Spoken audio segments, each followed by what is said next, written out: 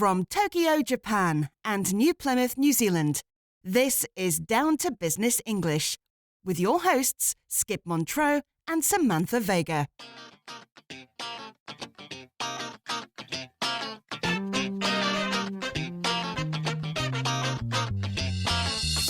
Wow, I just paid $200 to fill up my car. $200? Talk about painful. Wow, what did it used to cost you? A lot less than that. I think I'm just noticing it more now than anything else. Of course, yeah, the pain in the pocket at the fuel pumps is just incredible at the moment.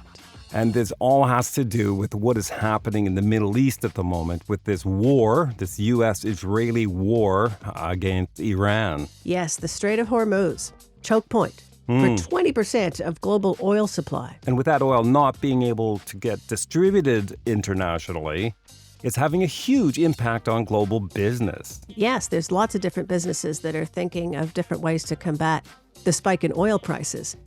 The New Zealand government is considering work-from-home initiatives for their employees, for businesses to help combat high prices of petrol. I know in other countries, some employers are looking at moving their employees to a 4-day work week so they don't have to drive to work 5 days a week. They only have to deal with the fuel prices on 4 days of the week. Save money. Yeah, I know here in Japan on March 9th, right after the initial attack on Iran, the Nikkei 225 crashed something like 5% in one day, and it still really hasn't recovered. It's a very volatile recovery. And almost every industry, from automotive to steel, all the major companies are making some kind of announcement about how these high oil prices are impacting their production. I even heard of a potato chip company announcing they're going to, reduce or cancel production of their potato chips because they couldn't secure enough cooking oil. Oh my God. Or oil for their factory. I'm not quite sure. Anyway, it's having a widespread impact in every sector of business. My gosh, they're hitting us in the snacks. Air New Zealand, for example, has canceled 1,100 flights. I've had to book a flight. I've got a business trip in a couple of months, and I had to make sure I've got to book it now so that I know that the flight, and hopefully the flight will still exist, because they canceled 1,100 flights due to high fuel prices, at least until the end of May. And then I think they're going to reevaluate what those cancellations, if they can bring them back or if they're just going to have to continue them for the future. All of this turmoil in the Persian Gulf, this military conflict, or let's just call it what it is, a war. It's not our story today, but it is related to our topic. That's right, it is related. Today, we will be reporting on an unprecedented and high-stakes legal battle between Anthropic, the company behind Claude AI, and the U.S. Armed Forces, or Department of War. What is with the Department of War? I thought it was the Department of Defense. There's an interesting story behind that. What's that? Originally, all the way back in 1789, the very first president of the U.S., President George Washington, established the Department of War. And it remained that way throughout American history, all the way up until after World War II. In 1947, they brought all the branches of the armed forces, the Air Force, the Navy, the Marines, the Army, under one roof, and they adopted, or Congress passed a law calling it the Department of Defense. Ah, that makes sense. However, when Donald Trump came back into office for the second time, he wanted to change it, or he wrote an executive order changing it to the Department of War. According to a statement from the White House, they said the name conveyed a stronger message of readiness and resolve compared to the somewhat more softer title, Department of Defense. So that's why they're calling it the Department of War these days. Okay, so legally it's still known as the Department of Defense, but they have changed the name to the Department of War because they think it sounds more robust or tenacious. That's right, but let's not get bogged down on that. The focus of our report is not the department's name, but rather how it does business with private companies. This story is going to illustrate a collision between a cutting-edge technology company, corporate ethics, and a $200 million government contract. And this story also remains fluid because other tech industry giants are piping up and joining the conversation. And the issue is evolving. The business community is reeling because it challenges whether a company can maintain ethical red lines while serving the state at the same time. So let's do it. Let's get D2B down to business with Anthropic versus the United States.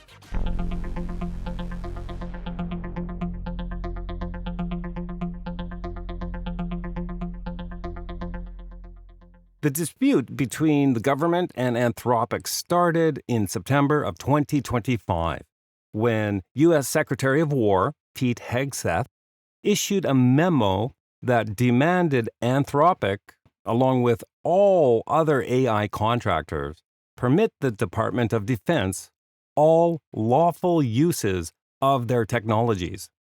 Fundamentally, Anthropic was fine with 98% of what the military wanted to use Claude for, but there were two use cases that they would not accept. So what would Anthropic not do? The two red lines Anthropic refused to allow Claude to be used for were, number one, using Claude for mass domestic surveillance, and number two, using their AI in fully autonomous lethal weapons.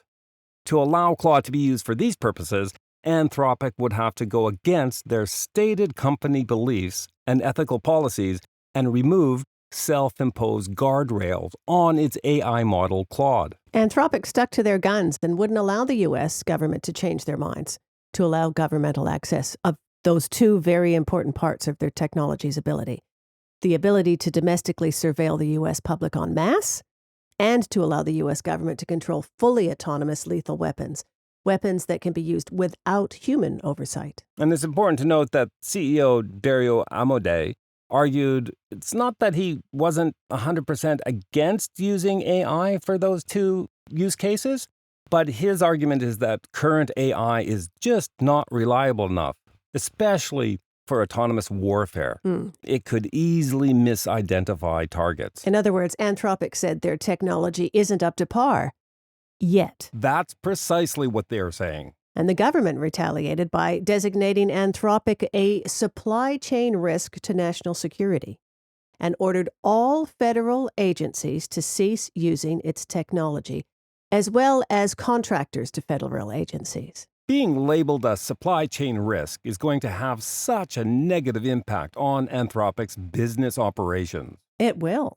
The label supply chain risk to national security is typically reserved for foreign adversaries like China or Russia.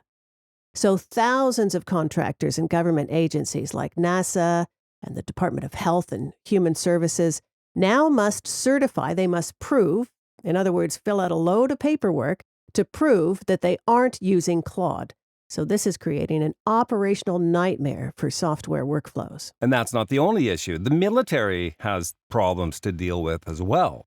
Because despite the ban, Claude was already deeply embedded in their operations and their military systems. Can you give us some examples of that? Claude was just used recently, back in January 2026, when the U.S. raided and captured President Nicolas Maduro in Venezuela. And in Operation Epic Fury in Iran, Claude helped identify and strike over 1,000 targets in Iran within the first 24 hours. And the irony is staggering. That supply chain risk to national security label and the military calling the tech a risk is absurd, because they've already used it for their most sensitive lethal operations, because it was so deeply embedded already that to remove it on short notice was almost impossible. Here's a fact for you.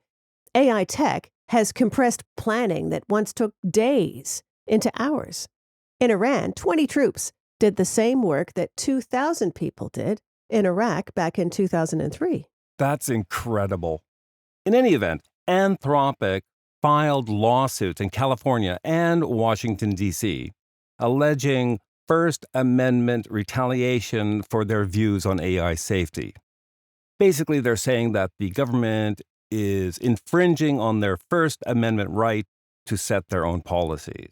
They argue that this supply chain risk label or designation was an ideological power play used to punish a private company for their policy preferences. And Anthropic's not the only tech giant that is weighing in on this case. Microsoft waded into the waters when they filed an amicus brief supporting Anthropic, warning that the Pentagon's move sets a dangerous precedent for all government suppliers. It does. The government is basically forcing anyone who wants to do business with them not to do business with Anthropic. It's quite unfair. In a sharp twist, OpenAI, ChatGPT, signed a new deal with the Pentagon on the same day Anthropic was blacklisted, agreeing to all lawful uses. And the public backlash followed. Oh boy, did it ever follow. After that ban, uninstalls of ChatGPT surged by 295%, while at the same time, downloads of Claude jumped to #1 on the U.S. App Store. Yes, consumers sent a powerful message as to where they stood on this issue. They do not like the idea of the government dictating who private companies do business with. So this case asks the ultimate question. Who sets ethical boundaries for artificial intelligence? The engineers who build it or the government who buys it? As this heads to federal court, every federal contractor is watching. The outcome will decide if the U.S. government has the power to order a private company to make its products less safe if it's of benefit to the government. It's a battle over corporate autonomy versus state compulsion.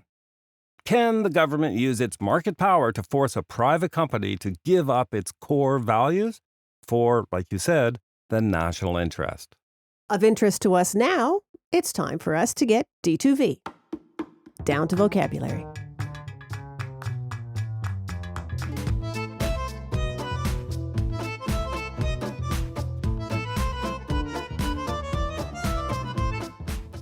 The first word on today's D2V list is the verb combat. In everyday English, combat means to fight. But in business, and when you hear this word in the news, it is often used figuratively. In that context, it doesn't mean to physically fight something. Not physically, no. It means to take action against a problem, reduce its effects, or stop it from getting worse. Right. It has the same sense of actively dealing with something difficult. You're fighting the situation, not just passively accepting it. And that is exactly how we used it in today's introduction. Samantha said that lots of businesses were thinking of different ways to combat the spike in oil prices. In simpler terms, I was saying many companies were trying to deal with or fight rising fuel costs. That's exactly it. And it is worth noting that combat is quite common in formal or professional contexts. You will often hear it with nouns like inflation, rising costs, fraud, risk, or climate change. It sounds a little more formal and strategic than just saying fight or deal with. Can you give us a business-related example, Samantha? Sure. To combat rising logistics costs, the company increased their delivery fees for their customers. Oh dear. That is bad news for consumers. I'm afraid we will be getting a lot of bad news like that in the coming days. Next up on today's D2V list is the noun turmoil. Turmoil is a state of confusion or instability. We use turmoil when there's a lot of uncertainty, a lot of disruption, or change happening. In the introduction to today's report, Skip said the turmoil in the Persian Gulf was related to our topic today. I was saying that the war had created a lot of instability in the Persian Gulf, and that this unstable situation was connected to our main story. Turmoil is often used in the news and in business when talking about major changes or crisis situations. It usually suggests the situation is hard to control. Let me give you a business example. Because of the turmoil in the shipping market, the company delayed its product launch by 2 weeks. That works well, nice and clear. Thank you. Moving on, the next item on our list is the expression, bring under one roof. That's a useful expression. I use it all the time. When you bring things under one roof, you put different groups or activities together in one place or under one organization. It does not always mean the same physical building. Very often, it means bringing different teams, functions, or operations together so they are managed as one unit. Right. So the idea is not just physical closeness, but organizational unity as well. Precisely. And that is how I used it in today's report when I said that in 1947, the U.S. government brought all the branches of the armed forces under one roof and adopted the name the Department of Defense. In other words, the U.S. government put the different military branches together under one system instead of operating as separate organizations. In business, when a company merges departments, centralizes operations, or just combines services, they are bringing them under one roof. This is especially useful when a company wants things to run more smoothly. Here is a business-related example. After the merger, the new management decided to bring the sales, marketing, and customer support teams under one roof. Nice. That is exactly what happens in a M&A. What's our next word? The final item on today's D2V list is the noun a red line. A red line is a clear limit that you will not cross.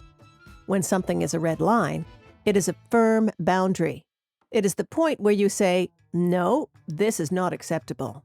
Just think of the red line on your car's tachometer. You know, the instrument panel that measures the engine's RPM.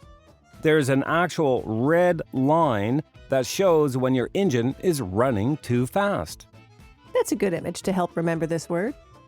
In today's report, Skip said that Anthropic's two red lines were allowing Claude to be used for mass surveillance and autonomous lethal weapons. In other words, those were the two use cases Anthropic would not accept under any circumstance. They were the company's clear ethical limits.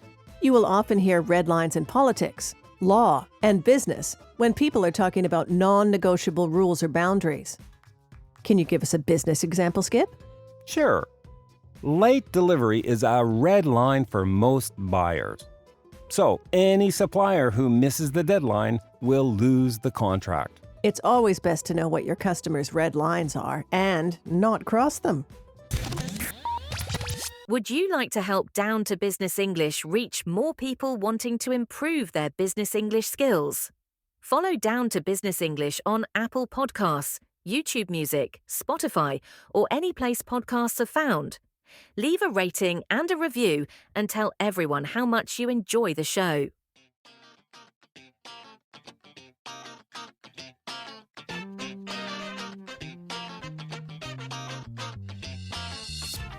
And that is our report on Anthropic versus the U.S. government, and all the background on their legal battle of ethical uses of AI. It's a very important business story and one we will have to keep an eye on to see how it turns out. That we will. D2B members and Apple Podcast subscribers, the bonus Down to Vocabulary episode for today's report will be released over the next few days. In that bonus episode, we will break down 5 more vocabulary items that Samantha and I used in today's report. Those words and phrases are convey, self-imposed, en masse, oversight, and the expression to wade into the waters. All useful business vocabulary. If you are a D2B member, make sure you have copied your members-only podcast feed URL from your account page on the D2B website and pasted it into the podcast app of your choice. That way, you will not miss that bonus D2V episode when it drops. And Apple Podcast subscribers, you don't need to do anything. The bonus D2V episode will show up automatically in your feed as soon as it's released. And if you are not yet a D2B member or Apple Podcast subscriber, but you benefit from what we are doing here on Down to Business English? Do consider supporting the show. To become a D2B member, just visit d2benglish.com/membership and sign up today. And to become an Apple Podcast subscriber, just tap subscribe on the Down to Business English show page in the Apple Podcast app. We thank you for your support. Thanks for listening, everyone. See you next time. Take care. Down to Business English. Business news to improve your business English.